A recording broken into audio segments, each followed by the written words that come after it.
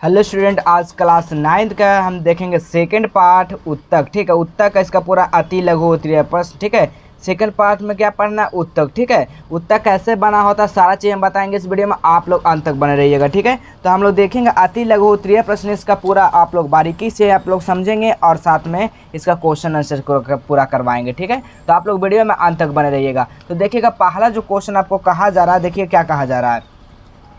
पहला जो क्वेश्चन है समझिएगा, सारा क्वेश्चन को आप लोग समझते हुए चलना है। ठीक है, पहला क्वेश्चन क्या कह रहा है, देखिएगा पहला क्वेश्चन आपको इसमें दिया गया है। क्या दिया गया है, एक पादप उत्तक का नाम बताइए। यानी यहाँ पर कह रहा है क्या, एक पादप उत्तक का नाम बताइएगा। अब पादप उत्तक क्या होता है, पादप क्या होता है, उत्तक क्या होता है। तो उत्तक समझिए बहुत सारे यानी कि सेलों से यानी कि कोशिका से। ठीक है, हमारा जो है हमारे शरीर में जो है लाखों की संख्या में कोशिका, तभी तो हमारा शरीर बना हुआ है। तो हमारा जो सेलों के समूह को यानी सेलों के पूरा समूहों को क्या कहते हैं, उत्तक कहते हैं। उत्तक से ही हमारा शरीर जो है बना होता है। ठीक है, सेल उत्तक, सेल से क्या बना होता है, उत्तक बना होता है। ठीक है, क्या बना होता है, उत्तक बना होता है। उत्तक से ही तो हमारा शरीर बना होता है। तो ये यहाँ पर पूछा एक पादप उत्तक का नाम बताइए, तो कौन हो जाएगा पादप उत्तक का नाम। तो देखिएगा बीजयोतिकी, जो कि बीजयोतिकी क्या है, एक उत्तक है। ठीक है, क्या हमारा बीजयोतिकी जो है उत्तक है, जो कि इसका 3 भाग है, शीर्षस्था, पार्श्वस्था और अंतःवर्षी, ये 3 पार्ट में है। ठीक है, चलिए अगला प्रश्न देखिएगा। अगला प्रश्न क्या कर रहा है, जड़ के शीर्ष पर कौन सा उत्तक पाया जाता है, बताइएगा। जो जड़ के शीर्ष पर जो पाया जाता है ना, वो शीर्षस्था यानी कि बीजयोतिकी उत्तक पाया जाता है। यही आपका सेकंड का आंसर हो जाएगा। अगला देखिएगा, अगला क्या कर रहा है, सरल उत्तक के 2 उदाहरण बताइए। सरल उत्तक कौन कौन है, तो एक तो पहला हो जाएगा मृदक उत्तक और कालेन कायमा उत्तक। ठीक है, ये 2 प्रकार के होते हैं। अगला प्रश्न देखिएगा, अगला प्रश्न क्या कर रहा है, किस उत्तक का कोशिका सदा विभोज्योतिकी रहती है। यानी सदा क्या होता है, विभोज्योतिकी रहती है। कौन रहती है, तो विभोज्योतिकी जो रहती है वो सदा रहती है। ठीक है, याद रखिएगा, चौथा का यही आंसर हो जाएगा। चलिए अब आगे देखेंगे, आगे क्वेश्चन क्या कर रहा है देखिएगा। अब अगला क्वेश्चन क्या कर रहा है समझिएगा।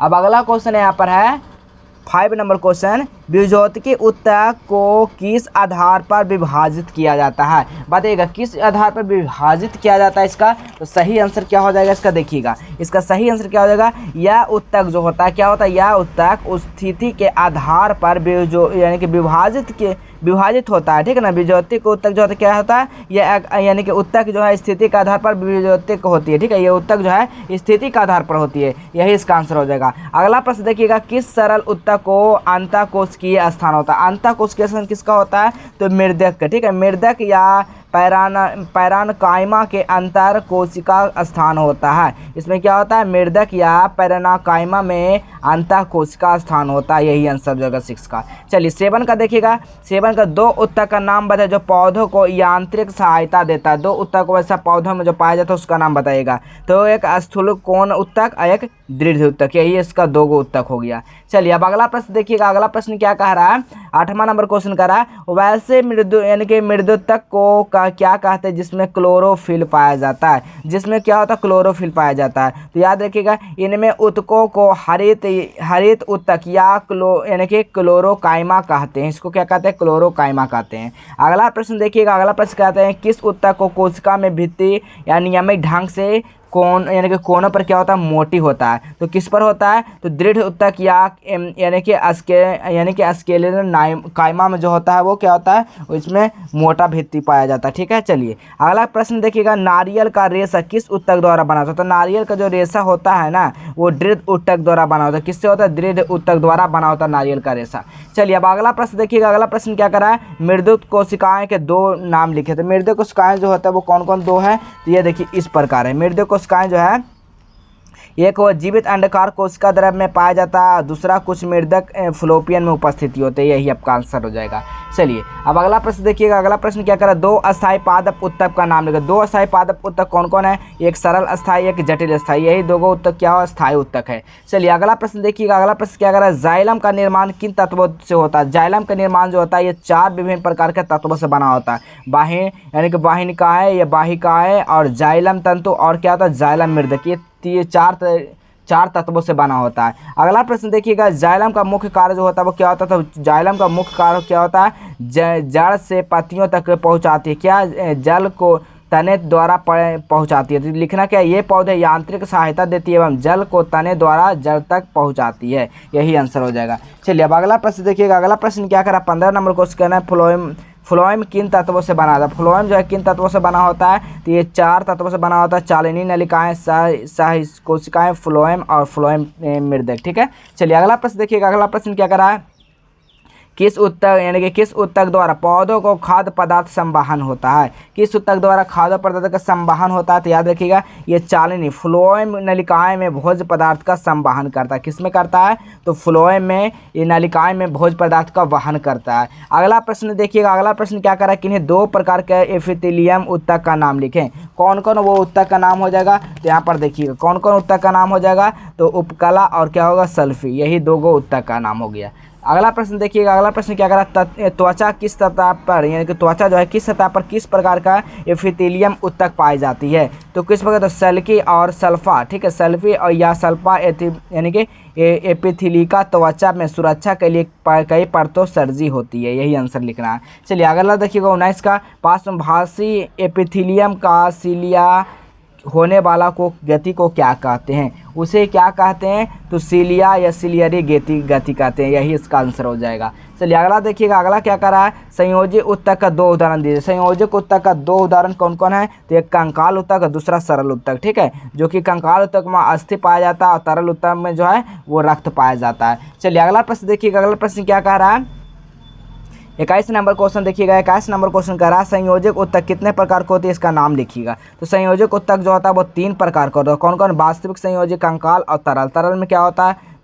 यानी रक्त अवस्था में पाया जाता है। कंकाल में अस्थि, ठीक है। क्या पाया जाता है? अस्थि में पाया जाता है, ठीक है। चलिए अगला प्रश्न देखिएगा। अगला प्रश्न क्या कह रहा है? एरियोल उत्तक पाए जाने वाली 2 प्रकार कोशिकाओं का नाम लिखिए। इसमें 2 प्रकार के जो कोशिकाएँ होते हैं वो कौन सा कोशिकाएँ होते हैं बताइएगा आप लोग, ठीक है। चलिए तो हमें यहाँ पर बताया था क्या हो जाएगा इसका सही उत्तर। तो फाइब्रोब्लास्ट और ये हिस्टोसाइट्स होता है, इसमें 2 प्रकार का होता है। अगला प्रश्न देखिएगा। अगला प्रश्न क्या करा? 23 नंबर क्वेश्चन देखिएगा। यानी कि एडिपोज उत्तक में पाए जाने वाला संचित भोज्य पदार्थ क्या होता है? बताइए क्या होता है? तो उसमें वसा होता है, ठीक है। याद रखिएगा वसा प्रोटीन होता है। चलिए अगला देखिएगा। 23 नंबर का हो गया। 24 नंबर देखिएगा। अस्थि में मांसपेशियों में जोड़ने वाला रक्त क्या कहलाता है? तो श्वेत तंतुमय उत्तक कहलाता है। क्या कहलाता है? श्वेत तंतुमय उत्तक। यह जो है टेंडन का निर्माण करता है जो मांसपेशियों अस्थियों को द्वारा दूसरी मांसपेशियों को जोड़ता है, ठीक है। कौन जोड़ता है? तो श्वेत तुलम यानी कि तंतुमय, ठीक है। अगला प्रश्न देखिएगा। अगला प्रश्न क्या कह रहा है? अस्थि को अस्थि जोड़ने वाला उत्तक क्या कहलाता है? अस्थि से अस्थि जोड़ने वाला उत्तक जो कहलाता है वो क्या कहलाता है? पीला तंतुमय उत्तक, ठीक है। क्या कहलाएगा? पीला तंतुमय उत्तक। अगला प्रश्न देखिएगा। 2 मुख्य प्रकार के कंकाल उत्तक को नाम लिखे। कौन कौन है? 2 कंकाल इस प्रकार का, एक उपस्थिति एक अस्थि में, ठीक है। एक उपास्थि में एक अस्थि में। अगला प्रश्न देखिएगा। अगला प्रश्न क्या कह रहा है? उपास्थि में मैट्रिक्स में पाए जाने वाली कोशिकाओं जो है क्या कहलाती है? तो यानी कि क्रोडिकोप्लास्ट कहलाती है। क्या कहलाती है? क्रोडिकोप्लास्ट कहलाती है। 27 का ये आंसर हो जाएगा। 28 नंबर देखिएगा। 2 प्रकार के तरल संयोजक उत्तक का नाम लिखिएगा। 2 तरल पदार्थ का उत्तक का नाम क्या? तरल उत्तक है, क्या होगा? लसिका उत्तक, ठीक है। तरल उत्तक में यानी रक्त हो जाएगा और लसिका उत्तक, ठीक है। अगला प्रश्न देखिएगा 29 नंबर। रक्त में प्लाज्मा में पाए जाने वाले 3 प्रकार के रुधिर कणिकाएं कौन कौन सी होती है? तो कौन कौन सी ये 3 प्रकार के होती है? कौन कौन? लाल रक्त को, श्वेत रक्त और प्लेटलेट्स, ठीक है। प्लेटलेट्स, ठीक है। ऑप्शन यही हो जाएगा, यही 3 प्रकार के पाई जाती है। अगला देखिएगा 30 नंबर। शरीरों यानी कि शारीरिक अंगों में गति किस प्रकार का उत्तक द्वारा होता है? किस प्रकार का उत्तक द्वारा होता है? तो पेशी उत्तक द्वारा होता है। किस प्रकार का होता है? पेशी उत्तक द्वारा। ऑप्शन यहाँ पर क्या हो जाएगा? यही आंसर हो जाएगा, ठीक है। चलिए अगला प्रश्न देखिएगा। अगला प्रश्न क्या कर रहा है? जंतु को यानी कि मस्तिष्क किस प्रकार का उत्तक बना होता है? जंतु में जो मस्तिष्क होता है ना वो किस प्रकार के द्वारा बना होता है? तो इस तंत्रिका तंत्र द्वारा बना होता है, ठीक है। तंत्रिका तंत्र द्वारा बना होता है। अगला प्रश्न देखिएगा। अगला प्रश्न क्या कर रहा है? तंत्रिका उत्तक की इकाई क्या कहलाती है? तंत्रिका उत्तक की इकाई जो कहलाता है वो न्यूरॉन तथा तंत्रिका कोशिका कहलाती है। चलिए अगला प्रश्न देखिएगा। अगला प्रश्न क्या कर रहा है? बहुकोशिकीय जीवों में कार्य यानी कि दक्षता पूर्व संचालन के लिए व्यवस्था रहती है, किस पे रहती है? तो ये रहती है समूहों तथा उत्तक की व्यवस्था पर आती है, ठीक है। समूहों और उत्तक की व्यवस्था पर आती है। अगला प्रश्न देखिएगा 34 नंबर क्वेश्चन क्या कर रहा है? समान उपपत्ति तथा समान कार्यों में संपादित करने वाली कोशिकाओं को क्या कहते हैं? तो उसे क्या कहते हैं? उसे उत्तक कहते हैं, ठीक है। उसे क्या कहते हैं? उत्तक कहते हैं। चलिए अगला प्रश्न देखिएगा 35 नंबर। तने की चौड़ाई वृद्धि किन उत्तक निर्माण द्वारा होता है? तो पार्श्वता विद्युतीय ऊतक द्वारा होता है। ठीक है, अगला देखिएगा 36 नंबर, पत्तियों के आधार पर या टहनियों के पूर्व दोनों पर ऊतक को क्या कहते हैं? दोनों को क्या कहते हैं? अंतःवर्षीय या विद्युतीय ऊतक कहते हैं। अगला प्रश्न देखिएगा 37 नंबर, अस्थायी ऊतक का निर्माण किस वृद्धि के फलस्वरूप होता है? किस वृद्धि के? तो अस्थायी ऊतक और अंतःवर्षीय ऊतक। ठीक है, आप लोग देखिएगा नया जो बुक में होगा ना, इसमें क्वेश्चन दो चार गो ऐसा है कि अटैच किया गया है। और पुराना भी अगर बुक होगा 2000 यानी कि 18, 19, 20 वाला, तो आपको जो है ना इसमें थोड़ा सा क्वेश्चन में थोड़ा सा आपको यानी कि ऊपर नीचे रहेगा। ठीक है, तो आप लोग क्वेश्चन को देख कर ही आंसर बनाइएगा। ठीक है, क्योंकि हम नया वाला बुक से आपको बता रहे हैं। अगर सब सीरियल बाय मिल रहा है तो कोई दिक्कत नहीं, अगर सीरियल बाय नहीं मिल रहा तो आपको मिलेगा, लेकिन थोड़ा सा इसमें 2-4 क्वेश्चन ऐड कर दिया गया। ठीक है, जिससे आपको नंबरिंग है जो ऊपर नीचे हो गया, इससे कोई दिक्कत नहीं है। आप लोग मिलाइएगा, जो हमारा 32 में होगा वो आपका जो है ना किस में रहेगा? आपका 31 में रहेगा। ठीक है, 31 या 30 में रहेगा, हो सकता है। इसीलिए हम नया वाला बुक से पढ़ा रहे हैं, तो आपको सीरियल बाय इसी तरह का ऐसे तो रहेगा सभी को। ठीक है, चलिए अब देखिएगा अगला क्वेश्चन। देखिएगा अगला क्वेश्चन क्या कर रहा है, 38 नंबर क्वेश्चन है। 38 नंबर क्वेश्चन यहाँ पर दिया गया, क्या दिया गया? तरल अस्थायी ऊतक किस प्रकार के कोशिका से बना रहता है? किस प्रकार के ऊतक से बना रहता है? तो ये सरल अस्थायी ऊतक जो समरूप कोशिका से बना रहता है। किससे बना रहता है? समरूप कोशिका से बना रहता है। 39 नंबर क्वेश्चन क्या कह रहा है, जलीय पौधे में मुख्यतः किस प्रकार का ऊतक पाया जाता है? तो जलीय में जो पाया जाता है ना वो क्या, यानी कि वायु ऊतक या एरेन कायमा पाया जाता है इसमें। ठीक है, अगला प्रश्न देखिएगा 40, किस ऊतक कोशिका मृदा लंबे यानी कि सरकारी दोनों सिरों में नुकीली होती है? किस में होती है? तो दृढ़ ऊतक में क्या होता है? नुकीली होती है। चलिए अब अगला प्रश्न देखिएगा। अब अगला प्रश्न क्या कर रहा है, 41 नंबर क्वेश्चन क्या कर रहा है, शुष्क स्थानों पर पाए जाने वाला पौधा एपिडर्मिस कोशिकाओं किसकी एक परत होती है? बताइएगा किसकी एक परत होती है?